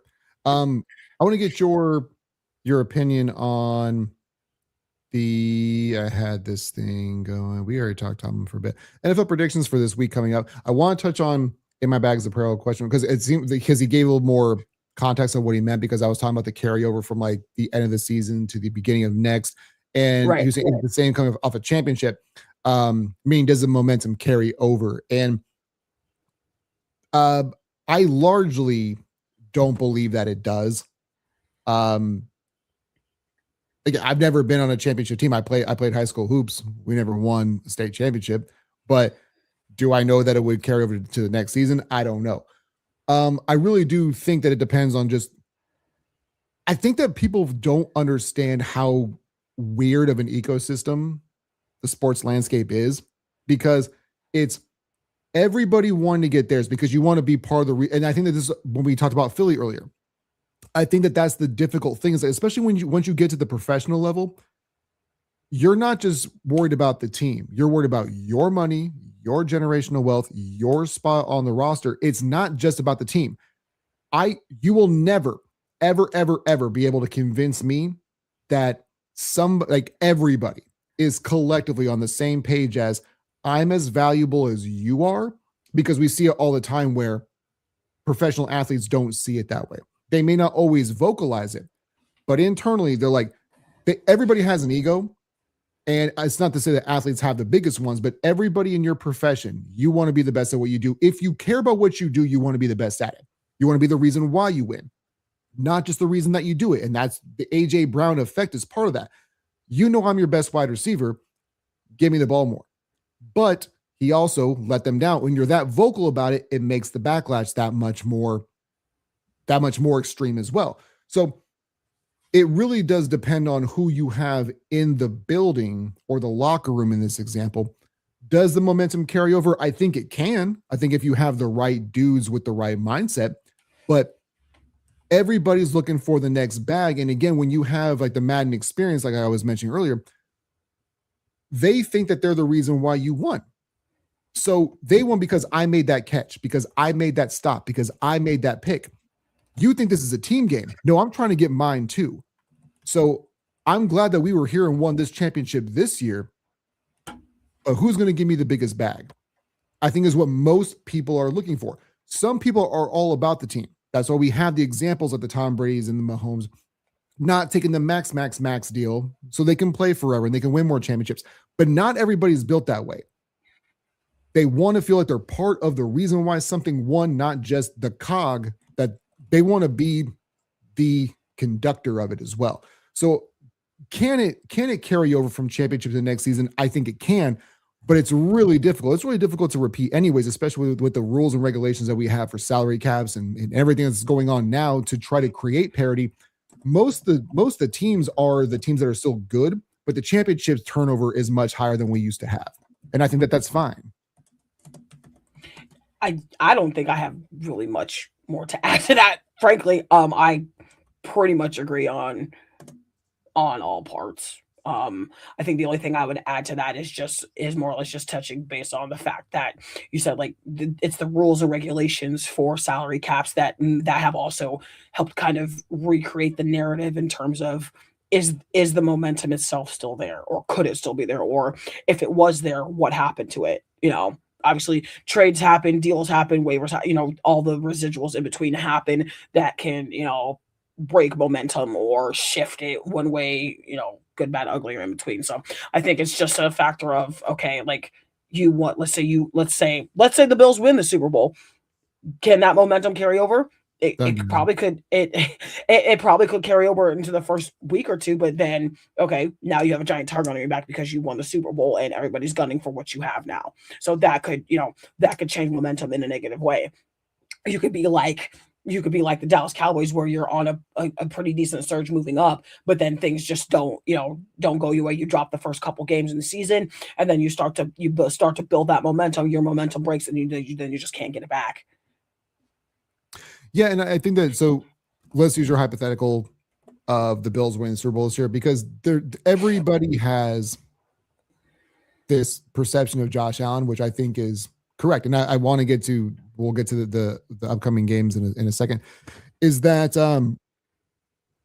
like there's just something that he unlocks, right? Like he personally just cares. It feels like he just cares more than some other people do. So if the Bills were to win a Super Bowl this year, I don't think it would be like, week 3 or 4, they fall off they fall off the wagon because they're getting teams best. It's just hard to do it anyways. Yeah, like, it's hard to go back to back. Like, I mean, we'll take the Chiefs. We'll take the Chiefs, for example. Okay, like they won that Super Bowl, turned around and won it again, then had a break. The Eagles won, and now it seems like the momentum that they had from those 3 just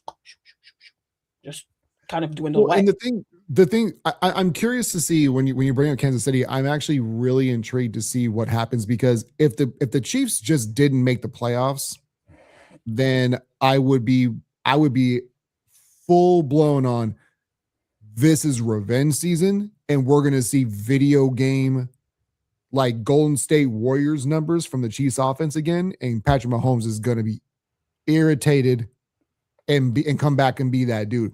But coming off of the injury that he has, I don't know if that's going to be like the version that we get of him or that franchise. I get your point.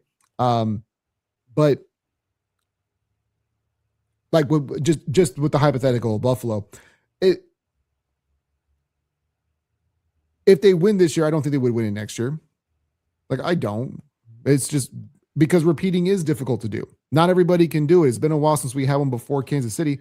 And yeah, we've gotten so spoiled and everything is so matter of fact and everything has to be so in the whatever happened right now is the best or the worst. And the same thing with Philly. Philly's been good for like 5 to 10 years now. They've had a couple down years, but consistently they've gotten to conference championships or Super Bowls. They've been to 3 of them in the last 10 years, So they've had the highs of the highs and the lows of the lows, but it's difficult to win in that league. And especially repeating it's never guaranteed. I have nothing more to add to that. Well, let's get to the games coming up so I have my Peace Guys picks and I usually do a good job of, documenting them, but I'll make sure I do it this time. So everybody knows I'm not cheating if I get all of them right. So Bills Broncos. Look, I know I'm a Bills fan, but I always tell you how the Bills could lose because I watch this team. It's the only team I watch super intently. We mentioned this at the beginning of the show. If the Broncos stick to the run game and then try to hit those huge play action passes, I think Denver wins this game, and it could potentially be a blowout. But if Sean Payton tries to be too cute and tries to prove that Bo Nix is better than Bo Nix is because he has the tendency to do that as well, I could see him turn the ball over a couple different times with that pass defense from Buffalo. We also talked about the cape that Josh Allen likes to put on. I got the Bills reluctantly beating the Broncos very, very reluctantly. What's your thoughts on the game? I tend to agree with you on all fronts. I think if Josh Allen puts the cape on and just somehow has a monster game and just, blinders on and basically have a very similar game to what he had against Trevor Lawrence, I don't think the Broncos could stop a nosebleed. But the same exact thing could be said on the other side of the ball. Bo Nix has proven himself since he's gotten drafted. Did he have a couple of rocky starts? Yeah, it was the first couple seasons of it, first couple games under his belt as far as being a pro. Now that him and Sean Payton have, this chemistry, obviously play caller, coach, starting quarterback, I think it could go either way. I think the entirety of the fact that there's more playoff experience there for Josh Allen than there is for Bo Nix. I'm taking the Bills at that 1.5. Are the Bills 1.5 point favorites? The Broncos are 1.5 point favorites. Really? I'm looking at it right here on ESPN. Denver's Broncos are -1.5, huh? yeah, point totals 45.5. Money lines Buffalo at 108 or minus 108. Oh, so Buffalo's favorite then if they're -108. Yeah, on the money line though.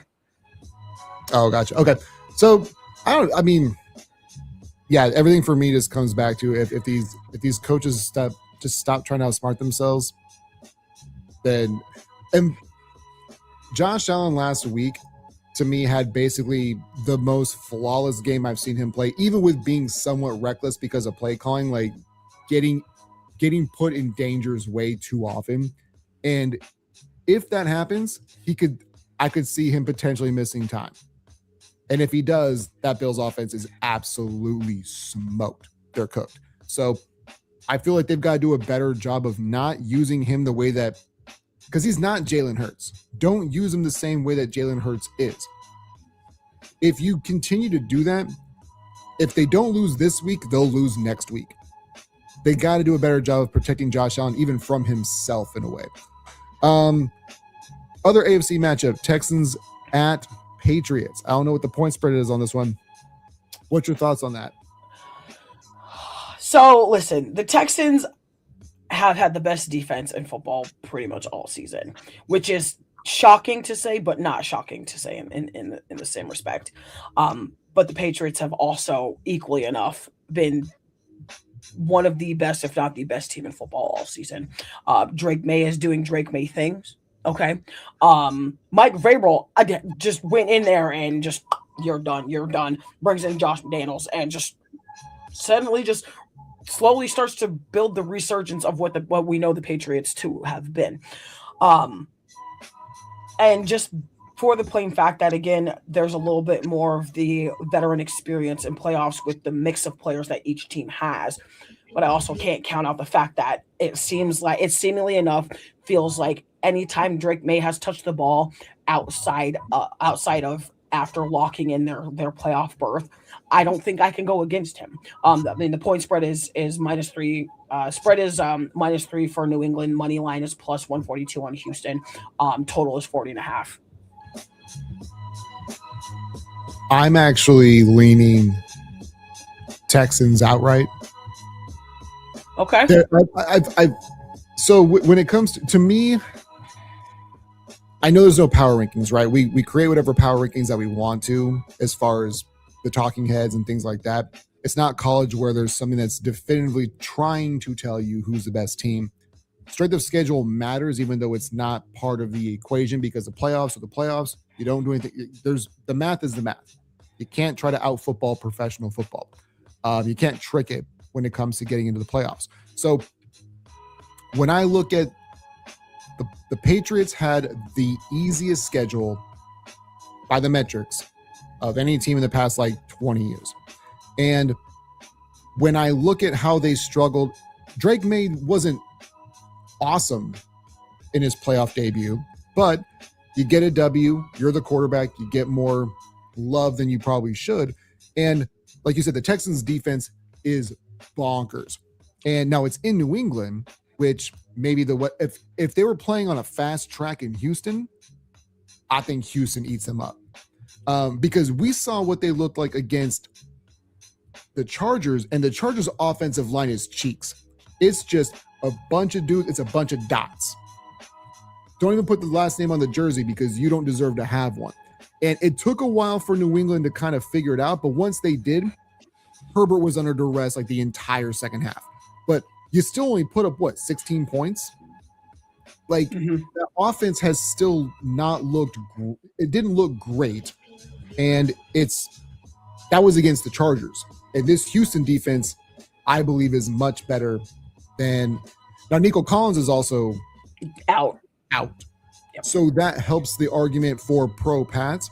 But I just feel like DeMeco Ryans is going to have them boys eat on the edges.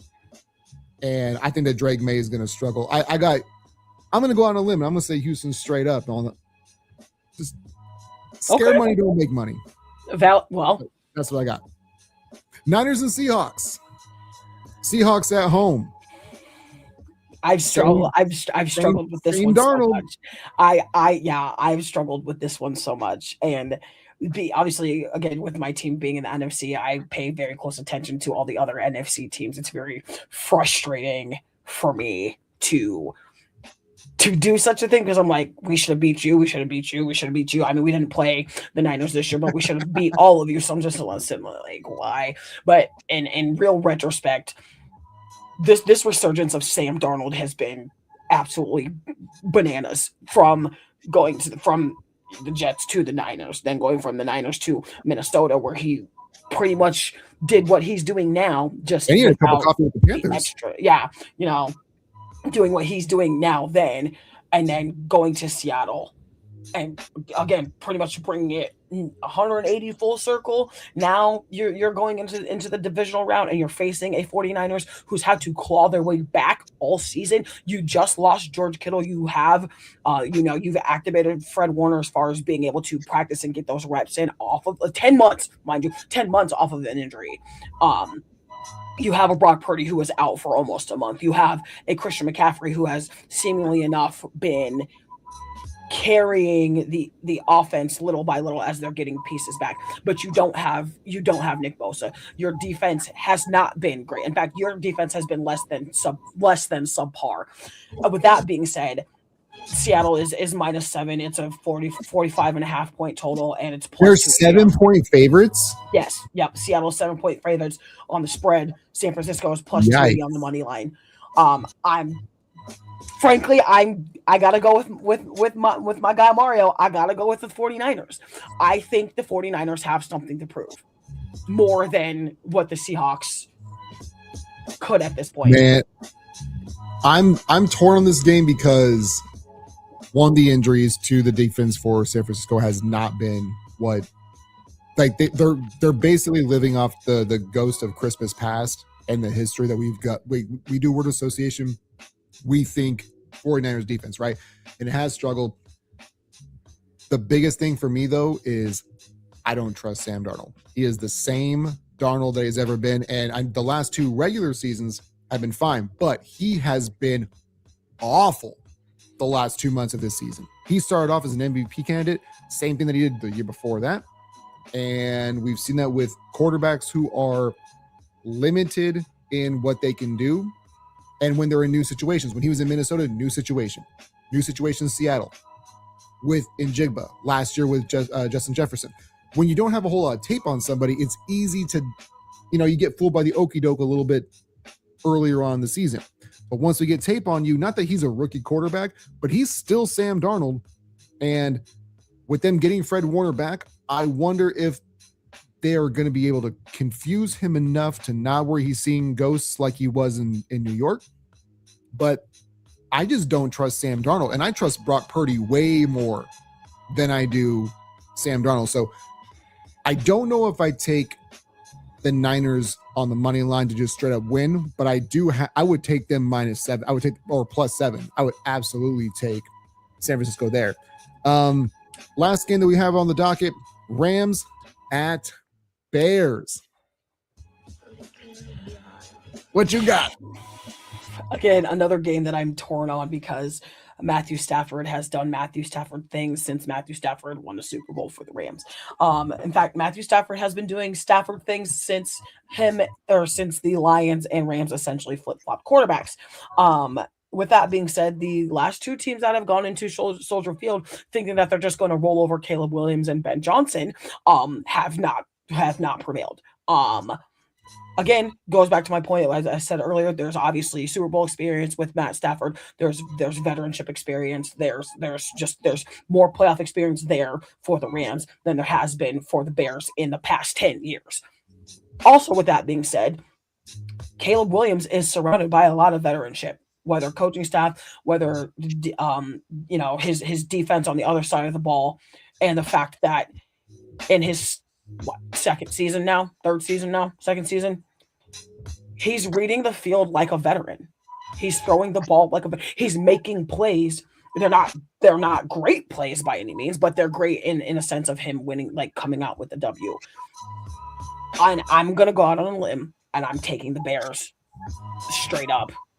But the Rams are favored by 3.5. Money line is 1+164 for Chicago, and the total is 48.5.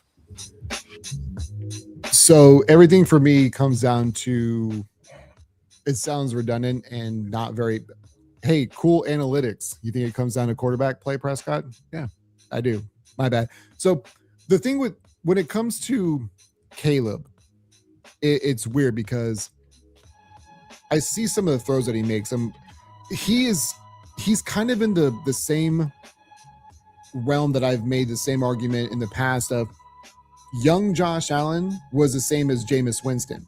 Like every game, I'm going to get 3 or 4 throws from you that I go, what the hell are you doing? Nobody can make that throw. And there's going to be 3 or 4 players that go, man, what the hell are you doing? Nobody can make that throw. It's the same verbiage, but your mind looks at it different. And Caleb Williams to me is somebody who, like, the completion percentage to me isn't as big of a deal that most people like, well, he completes 75% of his passes. Okay, but they're all for 2 yards at a time. I can do that. So Caleb is like the volume 3-point shooter, it feels like, where he's okay with taking the big chunks and the big risks. So his completion percentage is lower, but he's getting bigger chunks at different times. But I don't think that stuff is going to work against the speed of what the Rams have on that defensive front. I think they're going to speed up Caleb Williams a lot, and he's not going to have the opportunity to do those out of control. Like that throw that he had to Odunze was bananas. Ridiculous for absolutely no reason at all. Just stupid. But I think the Rams are going to be able to speed him up where he doesn't feel comfortable even extending plays like that. Stafford's been playing out of his mind. It's supposed to be 0 degrees, which I know isn't great, especially because, and that's the thing too, weather I think has a factor in it because Stafford played in a dome in Detroit. Now he plays in LA. He's been in warm or controlled environments and hasn't played a whole lot of playoff games on the road, but it's also Caleb Williams' second playoff career game ever. So I got the Rams. Puka's ridiculous. Devontae's ridiculous. Their offensive line play as well. I just feel like they're going to force Caleb into too many mistakes, and they could have at least 3 turnovers against Chicago. Yeah, I mean, and I tend to agree with you on that front. I also am for, and not even just for whatever reason, but I guess I've always also just been like this. I tend to root more for the underdog in these types of situations, because it's like, just because you have the veteranship and all the ridiculousness and talent and Swiss Army knives doesn't necessarily mean you're a lock in for, the win or the victory. I will absolutely agree with you as far as like the stupidity of the types of successful throws that Caleb Williams has had this season. Like some of them are just like box office, and you're just like, how the hell did you just throw that off your back foot? And you had 3 people coming to you one side. Your blind side was pretty much, you couldn't see if you got poked in the eye on the one side. Half your offensive line's over here, and you still got this giant gap. 2 linebackers still coming at you, and you still throw the ball and still successfully have somebody catch it pretty much unscathed. Yeah, and it's because that's the thing is like, when we talk about can things carry over, we talked about it a little bit earlier on the episode, is the magic the Bears have had, and that's one of the, I want to get to Nigel's, he, not the entire thing because we got to hang it up in a second, but he said history this season says the Bears will start slow, and unfortunately this time Ben's play calling and Kill's fourth quarter magic won't be enough for the Rams, or it won't be enough. It's the Rams 23-21, but it's I do kind of agree with that, where the magic can be fine for a season. Like you can't, when the Bears had like a 97 turnover differential just because when they had the Peanut Tillman years, right? Like that's not sustainable. We've seen franchises have really crazy years where there's one outlier of a stat that you can't depend on. And they've kind of had the exact same thing this year. They've been opportunistic, but they haven't been great, the Chicago defense. And you can't play bad for 40 minutes of a 60-minute game and expect it to be like that to be a sustainable thing. Now, this season, maybe it's enough because you've been able to ride out with it and worked against Green Bay, and it's worked against everybody else this year. So maybe this season it still continues, but I definitely would not bank on it going forward. I think the Rams are going to win just because I feel like McVay's a better I think McVay's a better coach. I know Stafford's a better quarterback right now. Ben Johnson is a great coordinator, and I know what they've done in Chicago this year. It's been impressive with the turnaround that they've had. I'm not gonna jump on the bandwagon of saying that he's a better coach quite yet, because I saw your reaction. You're like, boy, don't you tell me that Ben Johnson ain't as good as McVay. No, I'll say he's not as good as McVay, obviously, because like there's obviously a huge gap in like the coaching accolades. There's accolades that need to be reached before. There's obviously like that huge gap in between. Like this is Ben Johnson's very first season. He's a rookie head coach. Sean McVay's been doing this for a while. Has a Super Bowl. Like he's got the accolades. The one thing I will say is okay. Like Nigel's pointing to history. Them starting slow. You can't assume that history is going to be repeated. Like history is meant to be written and rewritten. So we could see a Caleb Williams and a Ben Johnson where they've been preparing for this moment. Okay, maybe they didn't unleash all the entirety of playbook, whatever residuals there are. Maybe get some in your back pocket. Yeah, exactly. You could have a whole different set or something, or a whole different mindset, wavelength, whatever, going into this game, knowing how important it is, knowing you're playing against a former Super Bowl champion, you're going against a soon-to-be Hall of Famer in Matthew Stafford, like you're going against players that have seen it from another side, have been on championship teams, things like that, but they're also going into it with them being the Rams going into this playoff. You're not at home, you're on the road, you're fighting for the divisional round in Soldier Field, 0-degree weather, and you're playing against people that are a lot younger than you. Well, you bring up an interesting point that we kind of touched on earlier with coaches trying to outsmart themselves or being too cute.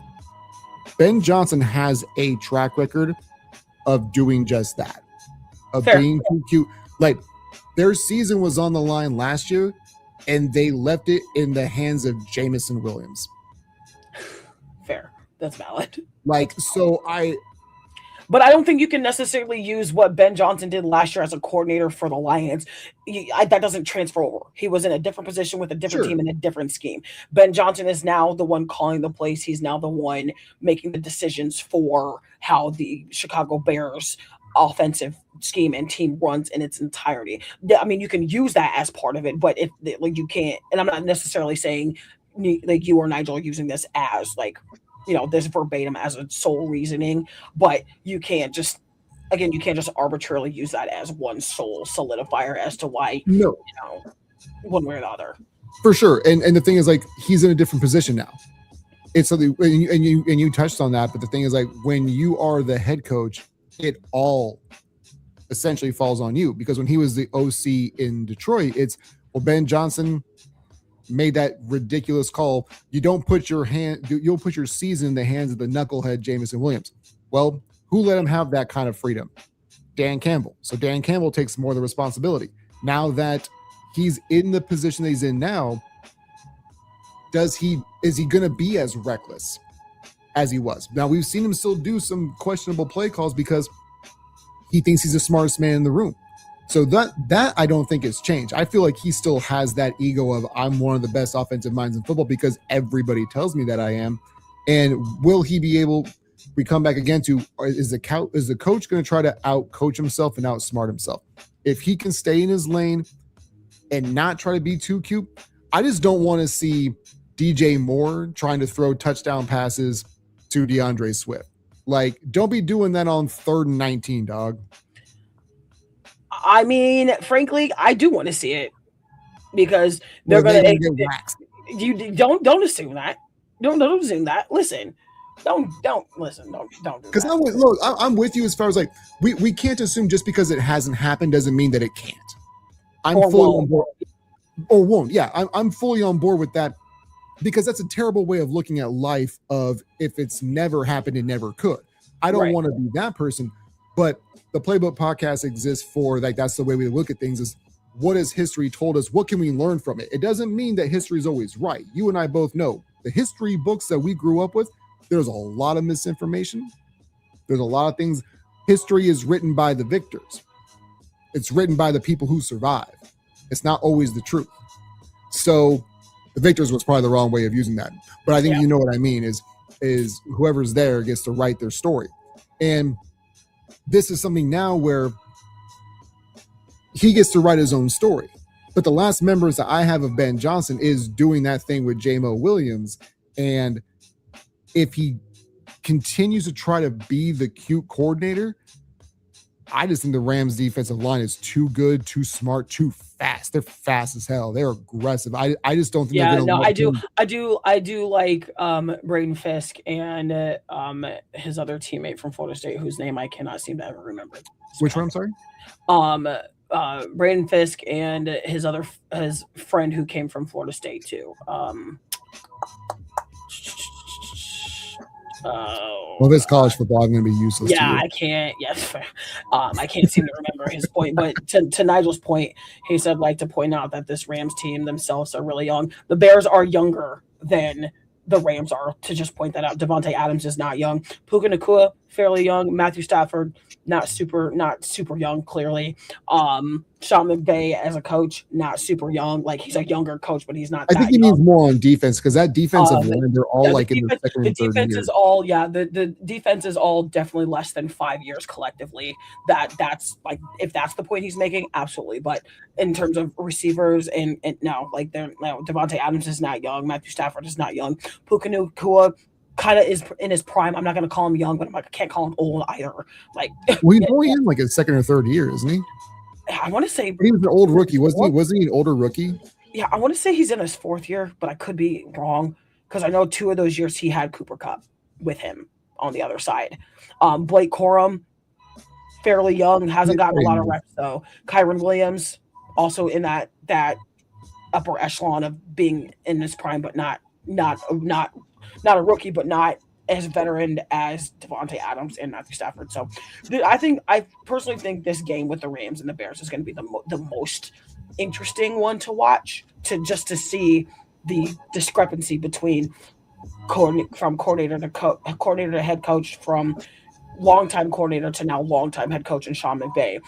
Obviously, national champion college player in football with Matthew Stafford to Super Bowl champion, flip-flopping teams. Like the storyline is what's going to be more eye-popping than anything. And so as far as like just the speculation of this last game that we're talking about, I think the entire slate's going to be nuts to watch, frankly. But I think the most interesting of the 4 games is definitely going to be that Rams-Bears game in Soldier Field. I do too. To me, this should be the most, just because it should, in retrospect, I think it's going to be the highest scoring game. But to me, it should be the most entertaining game. The other games, I feel like there's going to be some lackluster. It's going to be not as entertaining. This one has the opportunity for Williams, who wants to be the kind of going back to Madden, being the playmaker, being the improviser. Not that Stafford doesn't still have that in him, but he is still more of the traditional drop back, want to be just dissect you. I'm excited to see the old head versus the new school and seeing how both quarterbacks handle it, because the Bears will turn you over, but I think that Rams pass rush is just gonna be stupid.